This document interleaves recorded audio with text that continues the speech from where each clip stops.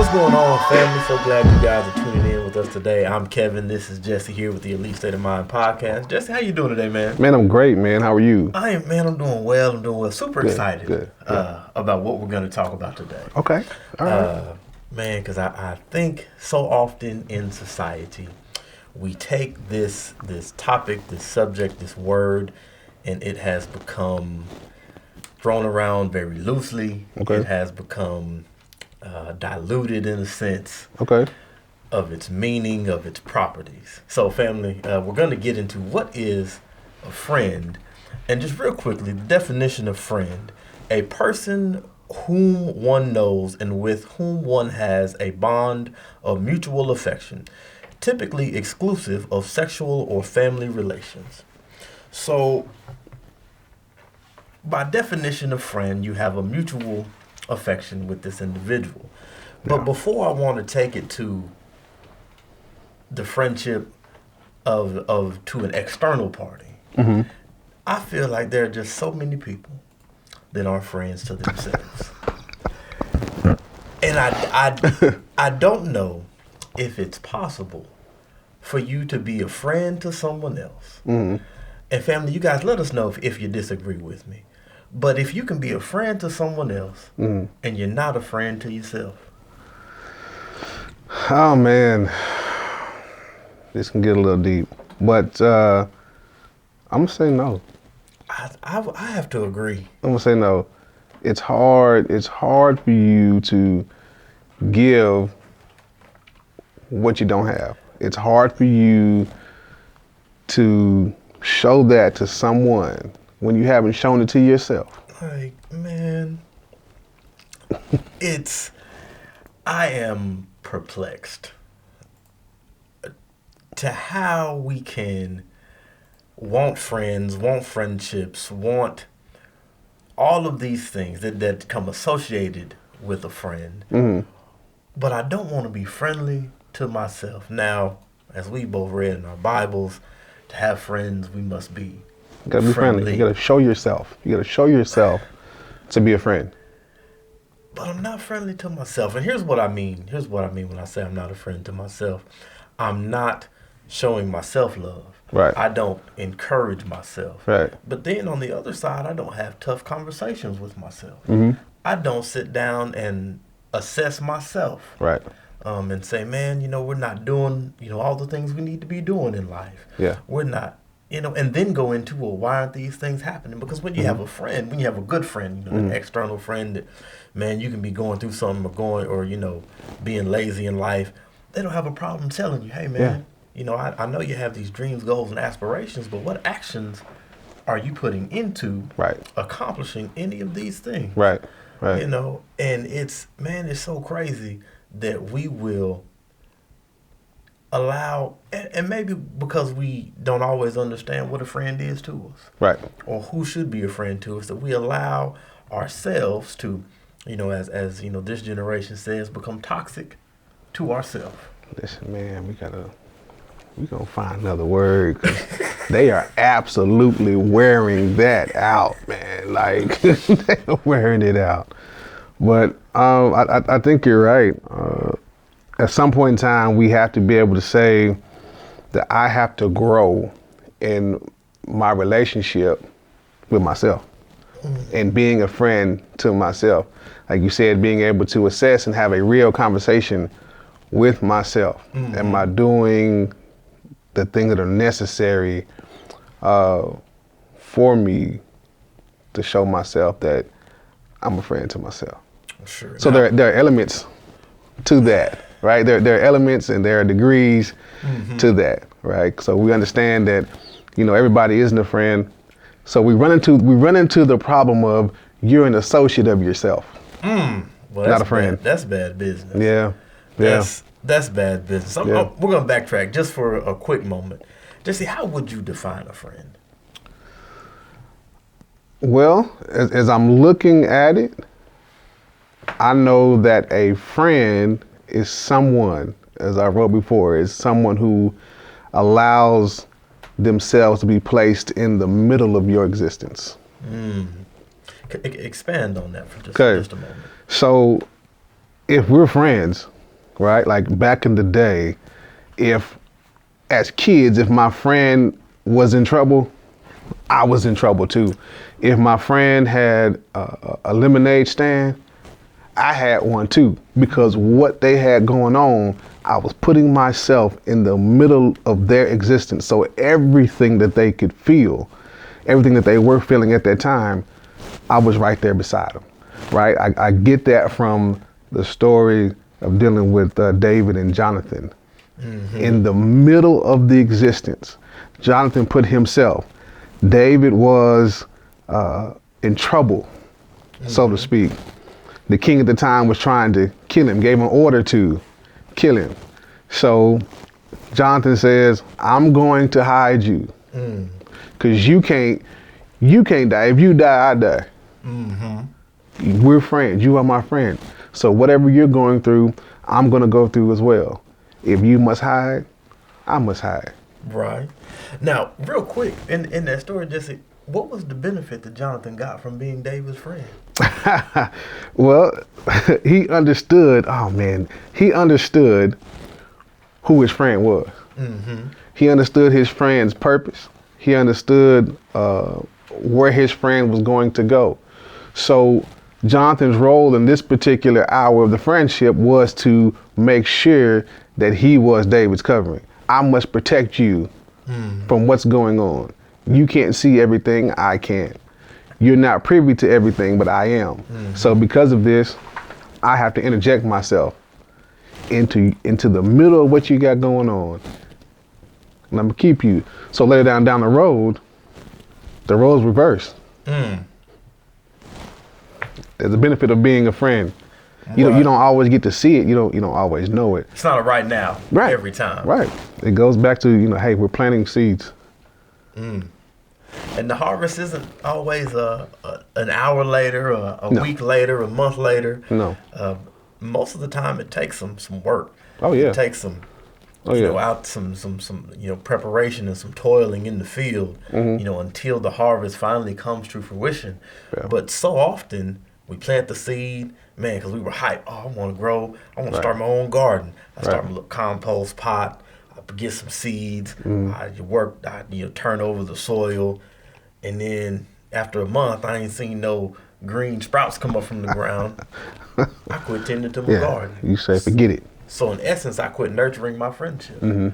But then, as you talked about in the story, I don't get, the benefit of the harvest, and I have cut off, what would have been a reciprocal event in my life. And that's the word. One thing that I truly feel happens so often in dealing with friends, like you said earlier, people become associates of themselves and then of other people. Yeah. And then we stop obeying the law of reciprocity. That, oh man, bro, I'm finna go get something to eat, man. Are you hungry? Oh, sure. And you take me, you give me something to eat, man. Okay, great.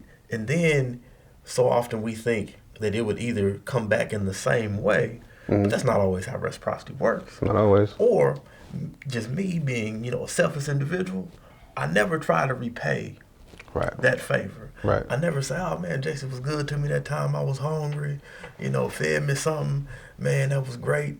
But then in your time of need, you give me the what a friend you have in Jesus. I'm gonna pray for you. Yeah. You just I don't have, but that's great. You know what? I do have a friend in Jesus. Right. But right now I need to get this tire off my car. Right. I gotta do some things. I gotta get some things taken care of.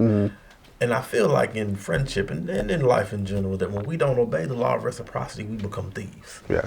Because we're just stealing and siphoning energy off of those who give without, the thought to return it. Sometimes we don't have the ability, to return it in that, either in the short frame of time or maybe even longer. But I think so many people become thieves because they never have the thought or want, to reciprocate the good acts and deeds done to them. And yet they want to run around and talk about they're our friend. And I don't. Why do people not want to repay the good deeds done to them in today's world? I think a lot of it has to do with the lack of understanding. one, a lack of maturity. Because it takes a growth mindset Right. in order to say, man, this individual did X, Y, and Z. So in what way? How can I repay?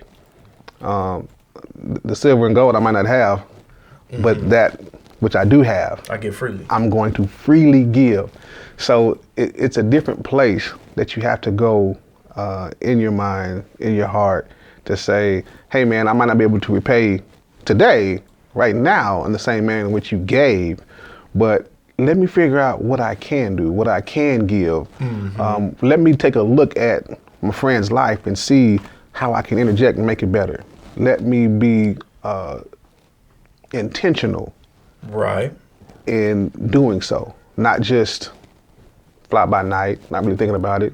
I took it, thanks. I'm good. Right. Now I'm gonna step up. Yeah. But then when you need help getting to step up, man, I hope it works out for you. Yeah. Good luck with that. And I think it's because we've lost maybe a communal sense of how we deal with each other in society. I mean, me personally, I don't really talk to any of my neighbors. Right. But I can remember growing up, the way I learned how to play baseball was, an older kid, that lived right, across the street, invited me to come over and play baseball with him and his friends. I can remember, our next door neighbor, car broke down, she would take me and my sister to school. Yeah. Doing friendly acts. Yes. And then not, obviously we talk about the law of reciprocity, but she didn't want anything in return. Right. Right. She was just, oh, you're in need. Let me help. That's acts of service, right? That is a particular love language. It's akin. It starts in friendship. And so, real quick, in friendship, and what is a friend? Obviously, that is what most would say is the first level of love. That phileo love, that brotherly love one to another. That we have established this friendship, and in this friendship, I'm going to show you this certain level of love, this certain level of care and want to see you succeed. Right. And I don't know, man, if it's, now that we can have over 2,000 Facebook friends, if I can have, 5,000 people follow me on IG. Yeah. If I can have, all these people commenting on my Snap stories or whatever, that's become the benchmark for friendship. Instead of, as you said, either acts of service or actual interaction and a showing of that, brotherly love and a real want for people to succeed. Yeah. What do we do to get back to, maybe that, I don't know if you call it grassroots or communal sense of just friends out in the community? I think it is just being vulnerable. Again, back to what we said before, when you're good with you, when you get good with you, then you're not afraid to put yourself out there. And you know the difference of when you can and when you cannot. Right. Right? You're fully aware of, okay, this is an individual who needs me at this time to show myself friendly. And, just like in other types of relationship, what do you do if they don't return that? Does that mean you still don't show yourself to be a friend? No, see, there's a level of growth that has to take place to it. No matter what happens, I'm still going to show myself friendly, because that's who I am. Right. Now, a couple things. You talked about being vulnerable. Man, I know I was on Facebook the other day, and shout out to Misty, a lady whom we both know, and she had a post about, and I think it said something along the lines of being vulnerable is, and then it said fill in the blank. Okay. How would you fill in that blank when it comes to friendship? Okay. When it comes to friendship, being vulnerable is having no pretense. Being vulnerable is removing any veil. Okay, man, that's tough though. It's difficult. That's tough because we're taught to to go into sometimes self-preservation mode and the trials of life. They will forge us to sometimes have trauma responses. Right. and then because we don't want to feel a certain pain or a certain or be put back in a certain position, it's tough to oftentimes see when somebody really genuinely wants to be your friend. Right. So you don't open yourself up. You don't allow yourself to go into that vulnerability, and like you said, to remove that veil. It's tough for me to do, because if I feel like, you're not really here to be, 100, that's fine, because we can be associates. Associates can still get business done. We can talk make about deals it and make money. Yeah. Right? Yeah. But I don't let you into a level of friendship. Right. Right. I truly let you in, I truly let you in my house. Right. Like associates, I'll meet you out, at the coffee shop. Right. But a friend, I'll invite over. That's right. For dinner. That's a serious thing, right? If you're able to invite me over and we break bread, right? That's more of a Eastern culture type of thing. Here in the West, we don't take it as seriously as it really is, and what it was designed to be. Right. I invite you to my home. Hey, that's the safe space. That's the place. It's like, man, we going from the outer court to the inner court and to the holiest of holies in that thing, man. Right. That's what that means. You gotta take it that seriously. If somebody says, hey man, come over here and get something to eat, they trust you. Man. At a very high level. Man. They trust you because they invite you into the space that they get to cook and get to nourish not just themselves, but all those who inhabit their particular home. Right. It's pretty serious, man. It's a big deal. So yeah, like you said, man. Hey, if you're an associate, I have to. It's one of the things that we talk about. I had to learn along the way. Like everybody, what T.I. say, everybody ain't your friend. That's true. Right. Those are facts. It's just a thing. So we got to understand, like, hey, just because we're cool, it doesn't mean we're friends. Right. We associate. There is a third element that allows us to associate one with the other. Right. A commonality that we share. Right, that we share. Common goal we might have. Friends, there's no middleman. No, there is a relational aspect, like you said, a reciprocity that is there, that binds the friendship and allows it to grow. Now, I want to talk about, the growth of friendship real quick. And so often, we will, you go to school, and then the next thing my daughter, she goes to school, and, oh, this is my friend, and this is my friend, and this is my friend, this is my friend. Yeah. Maybe that's great, that's great. Yeah. But then as we, get older, obviously then you get into high school and you begin to separate. You might hang out with this group or hang out with this particular group of people. If you're an athlete during football season, you enjoy your time spent with the football guys. Yeah. Then if you go wrestle or play basketball, your time is spent, over here. Yeah. Now, first, obviously there's nothing wrong. I don't see anything wrong with that because you share that commonality with them. But I do feel like if you cut yourself off from hanging out with the science cats, right? From hanging out with the debate people, hanging out with the kid who reads comic books, all of these different people, then we cut ourselves off from friendships, from things that we never would have experienced. That's right. And we stunt our own growth. That's right. How do we get out of our comfort circle, our social circle of normalcy, and open ourselves up to having different types of friends? I think, again, like we've stated, it's about the evaluation of ourselves. What is it that I need to improve about me? And I can't always, yes, I can improve while reading, right? But I also need not just that book knowledge, I need the interaction of another human being. That's how we were created, right? So what I lack, whether it be, mentally or, emotionally, I'm able to learn that from someone who lives in a different state than I do. And I'm not talking about Mississippi or something. I'm talking about the mental state, right? So if their thing is comic books, they allow me to see life in a different manner because they're viewing it from, okay, allow me to tap into the genius of imagination. Whereas a lot of times we get super analytical as we progress in age. True, very to true. Our detriment, right? We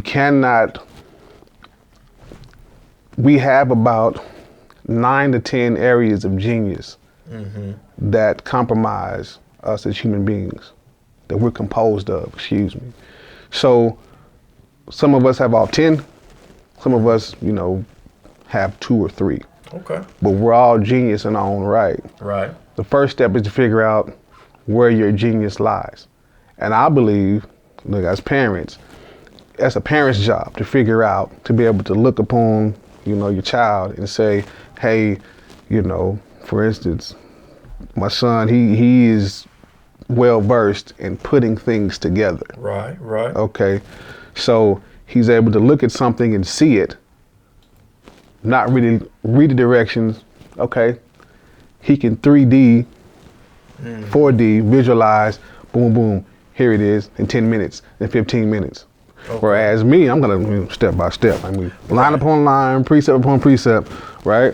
So these individuals, we have to be able to first recognize the genius in ourselves. And when we can do that, what area that is, hey, we can recognize it in somebody else. So the thing that we're lacking, we need to look for in other individuals. And you can only really get that by befriending individuals, like you said, from different circles than you're accustomed to running in. Right. Why in society have we made it,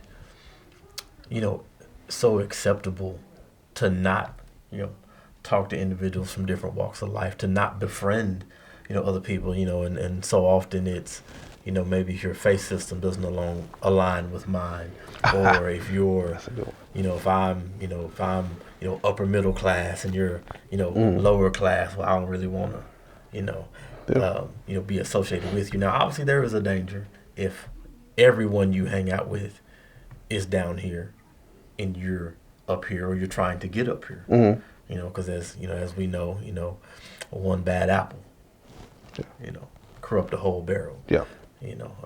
Eagles don't fly with the ravens. Yep. They hang out with eagles. But both being, birds, they share some things in common. They do. And there might come a day in time when maybe the eagle might need the raven. Right. Or maybe the raven might need the eagle. It's true. And the raven's probably going to need the eagle more so, because if the eagle kills something, doesn't eat it all. There you go. Well, now here comes the raven. Right? Yeah. So, again, why is it so acceptable now for us, to never even, reach out to some of these other individuals that may be so different? Well, I think a lot of it has to do with the misconception, misnomer that we need no one. People think they're on an island. Yeah, that's what they think. They've been misled. They've been misguided. We're designed to feed off the energy from one another. It works that way. Think about it. One of the worst things that happened during this pandemic is that we had to stay away from Very true. other people. Very true. So what did we find happen? Okay, depression, it rose through the roof. The attempts of individuals taking their lives, that also hit an unprecedented mark. The abuse of alcohol and different types of drugs, pharmaceuticals, opioids, through the roof. Right. Why? Because the thing that gives us balance is being able to be in the company of other people. Okay. Cast our cares on others sometimes. Right. We need to be able to say, hey man, this is what's going on. Right. What do you think about this? Okay. And by letting that out, I get to feel better. By coming to you and actually talking about it, you feel like there's an important connection being made. True. Right? So that's going to make you feel good. I'm going to feel better.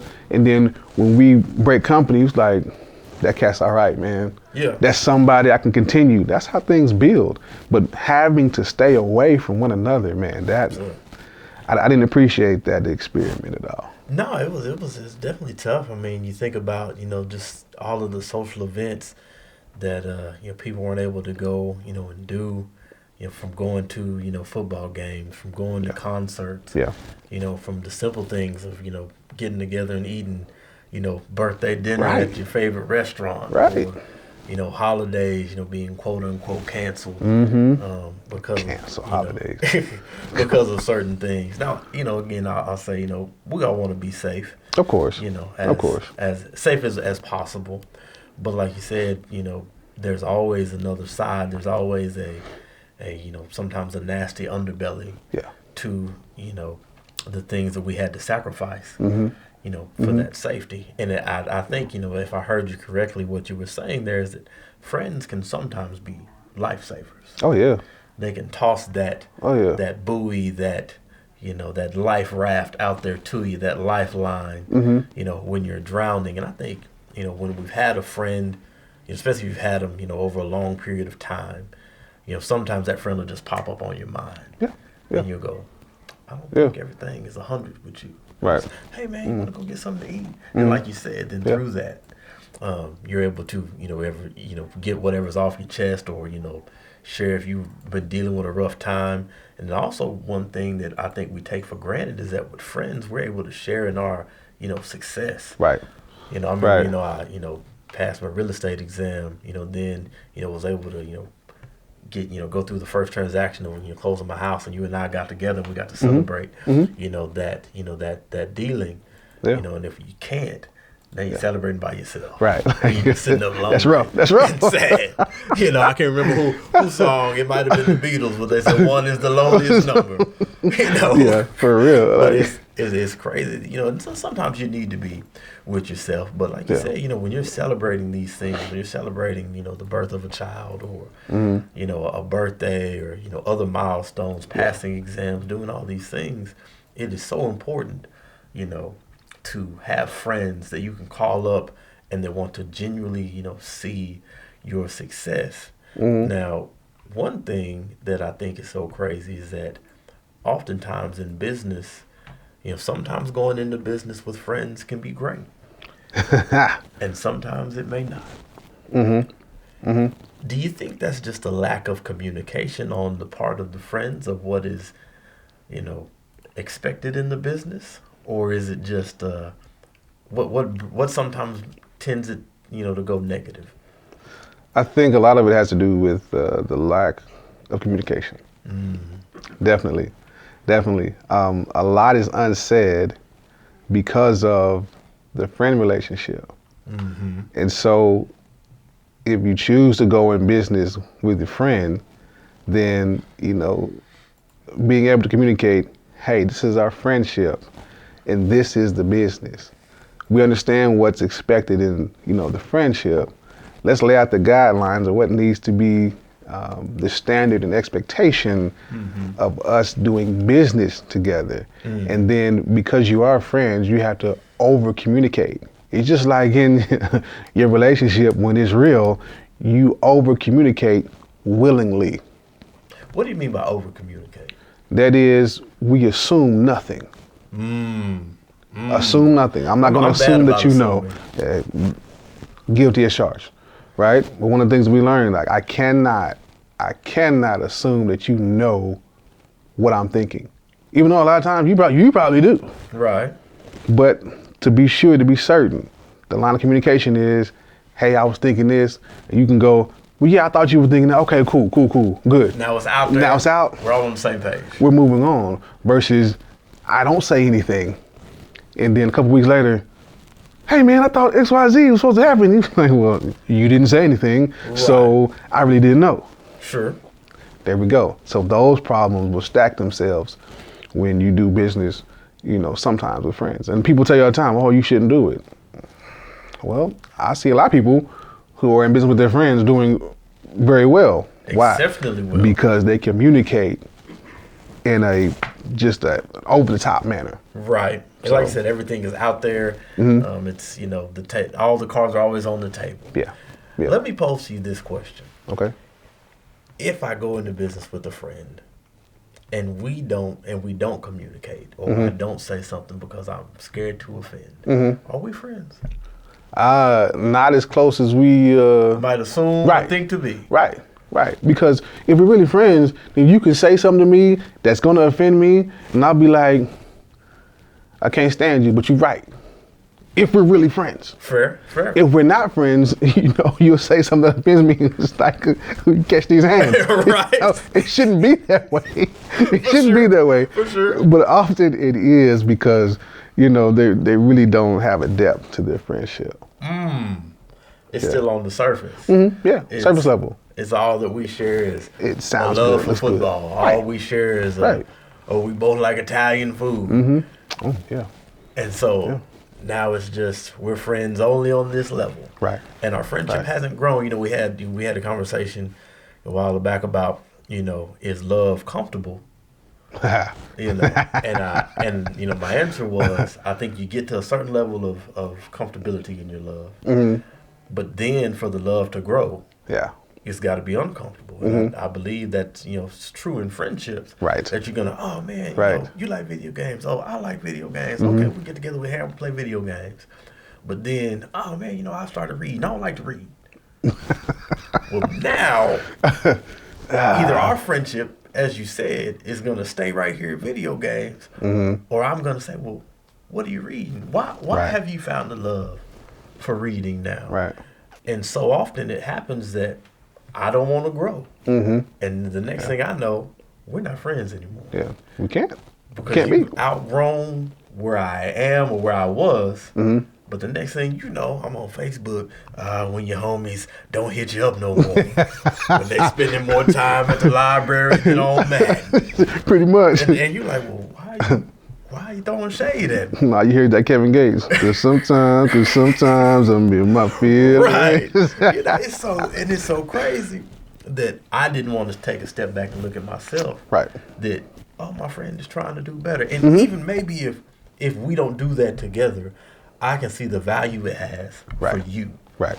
And I don't, love and support you, as a friend. As we know, so many times, somebody will go into business for themselves. And the next thing they hear from family members, close friends, well, that's stupid. Why you doing that? Right. Oh, so you're just going to leave your 9-to-5 job, what was paying the bills, to go pursue, being, a whatever. Yeah. Oh, you just want to go run off and not have no responsibilities, do you? Right. And I think, again, it reverts back to what we talked about earlier, is that we thought we had friendships with these people when they were really associates. Right. When they were really, they were never really down with us. No. From the outset, because one, they can again see the value in what we're trying to do, or they really just wanted to be around because I brought their energy up here. Right. They wanted to siphon that off, and then when I start to win, when I start to succeed, I got people I don't even know. Oh man, that's great! Like with the podcast. Oh man, that's great! I'm glad y'all are doing that.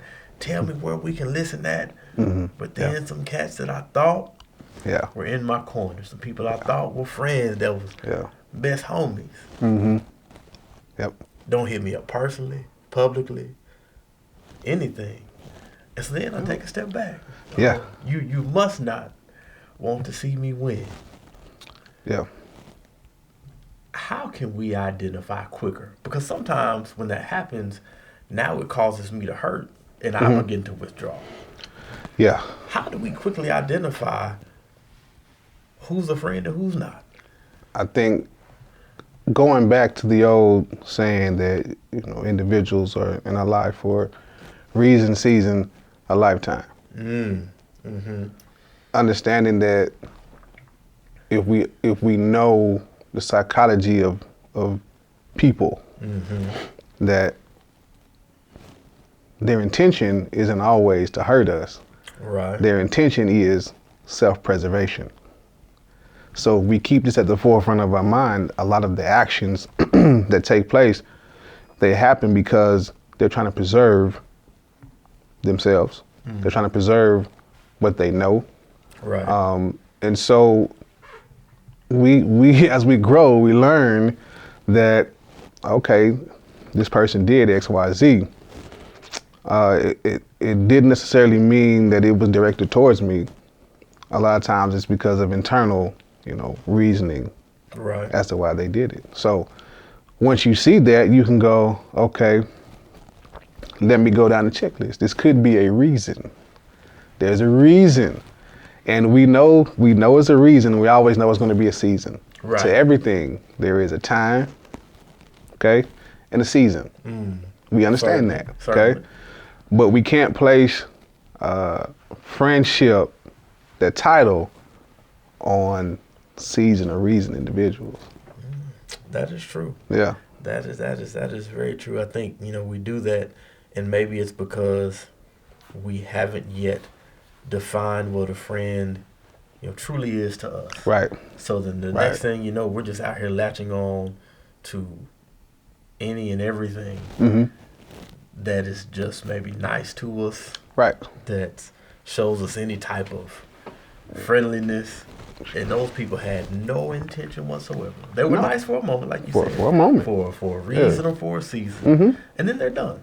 Yep. And now I'm being drugged behind a car because this individual had no want to ever let me have a seat in their car. Right. And I've done myself more harm, than good because I did this, because I drugged myself behind this car for miles and miles and miles. Right. Until I just physically had to let go. Right. Or it was going to kill me. Yep. So before we get out of here, Jesse, I want to pose to you this question.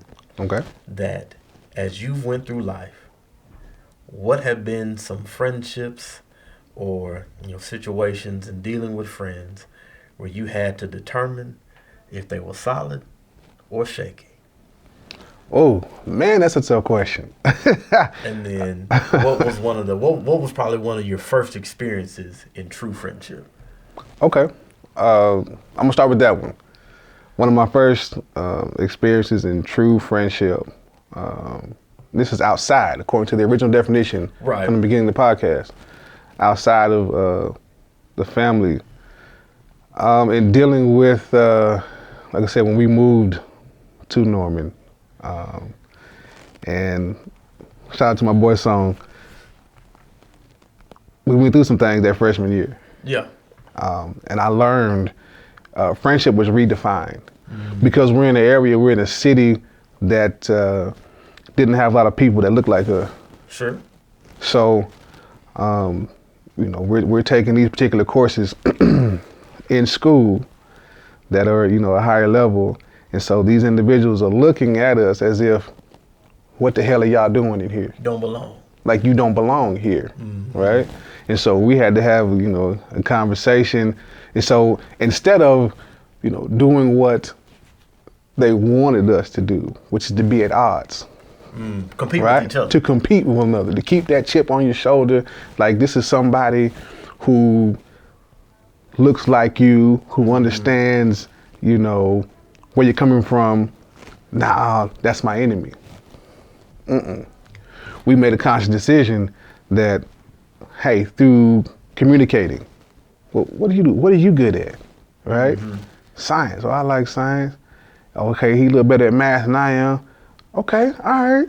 You're a pretty good little athlete. So we get into it playing basketball.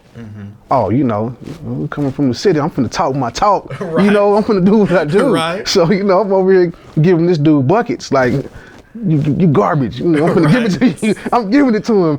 And the thing I love, he ain't back down. Right. Right? He ain't back down. Like, well, okay, yeah, you got that one, but whatever, man. We finna go at it. Right. Oh, okay. I can deal with this dude. Right? So later on in that year, as the year progressed, man, he had some things transpire inside of his family that had to bring us closer together. Okay. And had to realize, like, hey, if you're gonna be a friend, that means you gotta jump all the way in. Right? Like so you said, put yourself in the midst. Yeah, I had to get in the middle. And he had to get in the middle.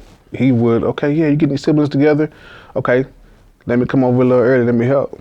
Same thing with, let me come over and help. In the middle of what I had to do. Right. Okay, same thing there. So understanding that, like you said, we jumping in the middle of it, man. We're right there. And that for me kind of made that thing solid. That definition of, okay, man, anybody that's gonna be my friend, when, I can't use that term, when the crap hits the fan. Right.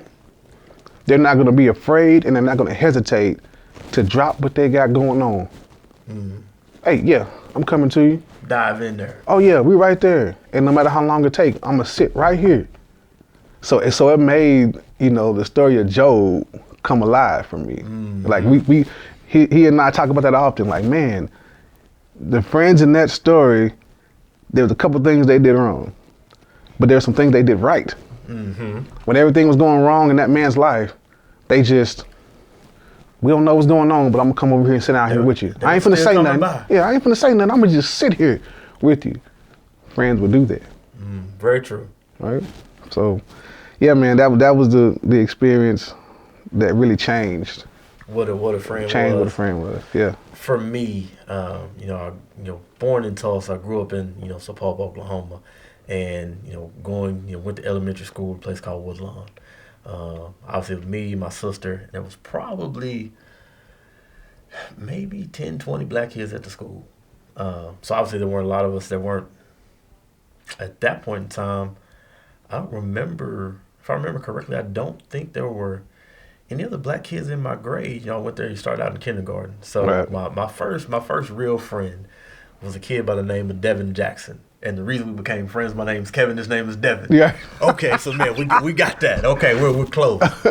And for me, what really defined, being a friend, I can't remember if we were in like maybe third or fourth grade, and we've been friends, all up into there, because he moved away in fifth grade. But I think we were in second, third, fourth grade, somewhere in between there, and our whole class went to the bathroom, and these cats were putting water on paper towels, throwing it on. Throwing it on. Me and him weren't. Right. Now the teacher walks by, right? Mm-hmm.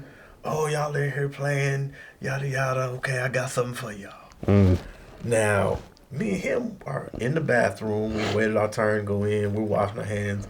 We're coming out, right, me and him. So the teacher has asked these other individuals, what was going on in the bathroom? Who was in there throwing the paper towels? And they just start dry snitching. And the next thing me and him know, we can't go to recess. We writing sentences. And at that point in time, because the people that she asked were people who I thought were friends. But when she asked me, oh, was Devin in there? No, ma'am, he was not. She asked him, oh, was Kevin in there? No, ma'am, he was not. But me and him in trouble together. Right. We going through it, Now, not that we didn't do our fair share of foolishness. Right. While we were in elementary school together, I remember we was playing air guitar on the ruler. Making up a song called Mozzarella. Got in trouble in second grade in Miss Russell's class. But so we got in trouble ourselves. But it was in that moment that I learned a friend is gonna have you back when you're not around. When somebody is calling your character into question. Right. And you did nothing wrong. A friend in that moment is gonna he was doing none of those things. Yeah. Because we had thrown no paper towels, and these other cats, they did it, and they had to recess. I said, okay. And, man, it was crazy the years later, man, that, Devin passed away, and I'll never forget. It made me think back on all those times, even as young kids, that he and I, that we spent together. And the thing, I don't have many regrets in life. But one of my regrets is that he and I, we did reconnect, Facebook, some time. And the crazy part was, man, that we had set a time, man, I'm gonna come back. I believe he was living in Tulsa at the time. I was like, yeah, man, I don't come back, I don't come back down east often, but I'm gonna get down there, man. We're gonna get back together. So, family, one thing I definitely want to encourage you to do, that if you have a friend that you haven't talked to in a while, you haven't, spent some time with, man, hit them up. Yeah. If y'all are at odds, and obviously there are some things that are unforgivable, don't get me wrong. But if y'all are at odds, take a step back and really think, man, is it worth not? Because I'll never be able to sit down with that individual, and talk about making up songs in Miss Russell's class, and talk about what he meant to me, befriending me, being a black kid at Woodlawn Elementary in Sapulpa, Oklahoma. And obviously we didn't know anything about that. We just knew his name was Devin, my name was Kevin, and we were gonna be friends. Family, if you have a friend out there you haven't talked to in a minute, I would encourage you. I would tell you, man, it is very, very, very important that you reach out to those individuals, Because even if they don't, respond, if they don't talk back to you, that's not on you. Right. Because at least you have done your part to reach out to your friend, and you don't want to not be able to talk, to that individual again. Yeah. But guys, we definitely appreciate you guys tuning in with us again Thank today. you. Today would not have been what it was had you guys not listened. Please, let us know what you think. Let us know what your definition of friendship is. What was a shaky friendship, and what was a solid one? Right. Jesse, man, again, we thank you. Yes, sir. Appreciate for it. being here with us, man. And guys, as always, our goal is to listen, learn, and grow. We hope you did that today. Y'all have a great day.